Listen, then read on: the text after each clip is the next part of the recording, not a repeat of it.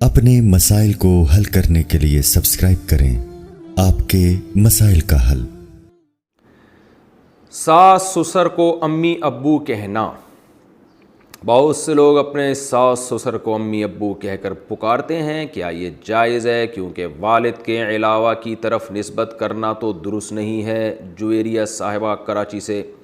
جائز ہے بھائی، ساس سسر کو تعظیم سے ابو امی ہی کہنا چاہیے، کیونکہ آپ کے شوہر کے ابو اور آپ کے شوہر کی امی تو ان کو بے ادبی محسوس ہوتی ہے کہ جو لقب ہمیں اس گھر میں ملا ہوا ہے ہماری اولادوں کی طرف سے، ہمیں اب کچھ اور نام سے پکارا جا رہا ہے، یہ ان کو ایک قسم کی اپنی توہین محسوس ہوتی ہے۔ تو آپ کے میاں اپنی امی کو امی کہہ رہے ہیں، اپنے ابو کو ابو کہہ رہے ہیں، تو آپ ان کے گھر میں رہ کر یہی کہیں کہ امی ابو۔ رہا یہ مسئلہ کہ وہ جو ہے کیا نام، اولاد اور بہو جو ہے نا، یہ داماد اور بہو یہ اولادوں میں ہی داخل ہیں۔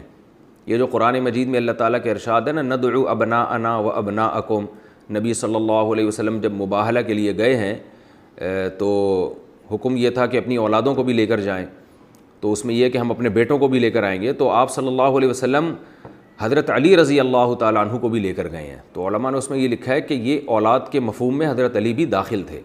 داماد بھی اولاد ہی کی طرح ہوتا ہے، اسی طرح بہو بھی اولاد کی طرح ہوتی ہے۔ تو داماد کو چاہیے کہ وہ اپنی بیوی کے والدین کو وہی کچھ کہا کرے، وہی لقب دیا کرے جو اس کی بیوی دیتی ہے۔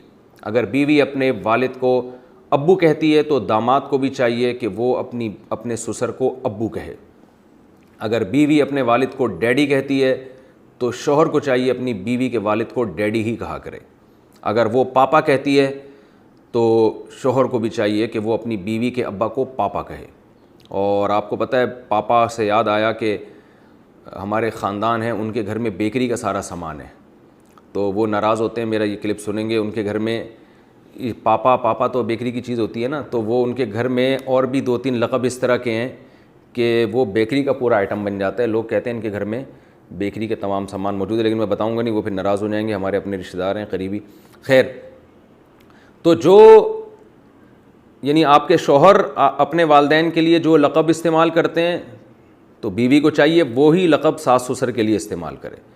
اور اسی طرح معاملہ یہاں بھی ہے کہ بیوی اپنے والدین کو جن الفاظ سے پکارتی ہے تو داماد کو بھی چاہیے کہ اپنے ساس سسر کو انہی الفاظ سے پکارے، اس میں وہ اپنی عزت محسوس کرتے ہیں، اپنائیت محسوس کرتے ہیں۔ رہا یہ مسئلہ کہ بھئی ابا کے علاوہ کسی اور کی طرف نسبت جائز نہیں ہے، تو اس کا مطلب یہ ہے کہ غیر ابا کو اپنا ابا بنا کے نہیں پیش کرنا چاہیے۔ یعنی کوئی آپ سے پوچھے کہ آپ کے والد صاحب کون ہیں، تو آپ نے پتہ چلا سسر کو بول دیا یہ میرے والد صاحب ہیں، تو یہ غلط ہو جائے گا۔ اس کے جو آپ کے سچی مچی کے والد ہیں ان کو تکلیف ہوگی، لے بھائی اب تو اتنا فری ہو گیا، سسرال کا ایسا غلام بن گیا کہ اپنے اوریجنل ابا کو ہی تو نے فہرست سے نکال دیا ہے۔ تو یہ مطلب ہے کہ جب کوئی آپ سے پوچھے کہ آپ کی والدہ کون ہے تو پھر آپ نے اپنی سچی مچی کی والدہ کا نام بتانا ہے، مدر ان لا کا نام نہیں بتانا۔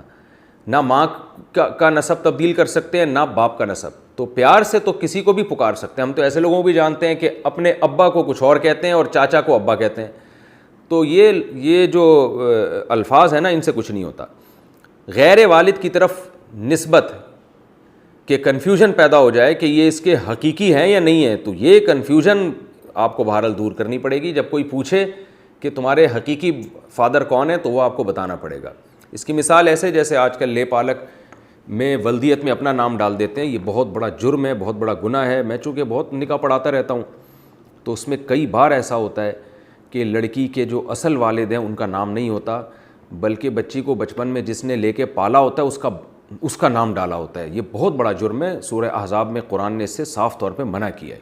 آپ صلی اللہ علیہ وسلم کو زید ابن حارثہ سے کس قدر محبت تھی، لے پالک تھے، آپ کے انتہائی چہیتے تھے، مگر قرآن نے آپ صلی اللہ علیہ وسلم کو منع کیا کہ ان کو زید ابن محمد کہنے کی اجازت نہیں ہے، بلکہ یہ زید ابن حارثہ ہی کہلائیں گے۔ ولدیت میں آپ صلی اللہ علیہ وسلم اپنا نام نہیں ڈال سکتے، تو ہمیں کیسے اجازت دے دی گئی ہے کہ ہم سوتیلے بچے کے نام کے ساتھ سوتیلے باپ کا نام ڈال دیں آئی ڈی کارڈ میں اور بے فارم وغیرہ میں، برتھ سرٹیفکیٹ میں اور نکاح نامے میں؟ یہ بالکل غلط ہے، اس کی قطعاً اجازت نہیں ہے۔ ہاں، پیار سے کسی کو بھی کچھ بھی کہا جا سکتا ہے، اس میں نہ اللہ کی طرف سے پابندی نہ گورنمنٹ کی طرف سے، بلکہ ساس سسر کو ساس سسر کے بجائے ابو امی کہہ کے خطاب کرنا چاہیے، اس سے ان کو خوشی ہوتی ہے کہ ہمیں عزت دی جا رہی ہے اس گھر میں۔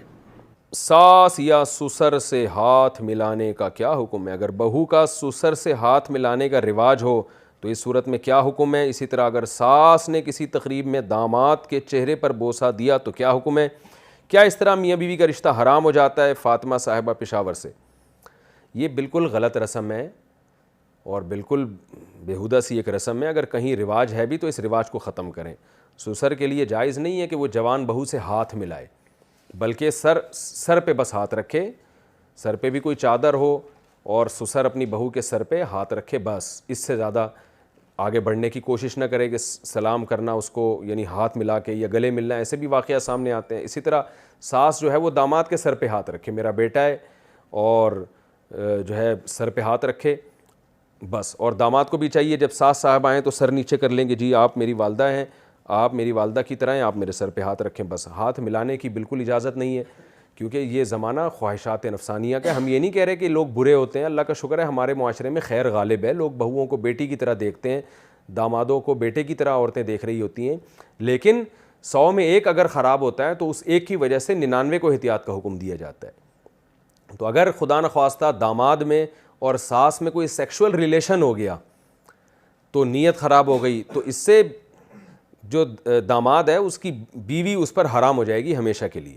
اسی طرح سسر میں اور خدا نخواستہ بہو میں کوئی سیکشول ریلیشن قائم ہو گیا تو یہ بہو اس سسر کے بیٹے پر حرام ہو جاتی ہے۔ اس کے دلائل، اس کی تفصیلات میں دوسرے بیانات میں بتا چکا ہوں۔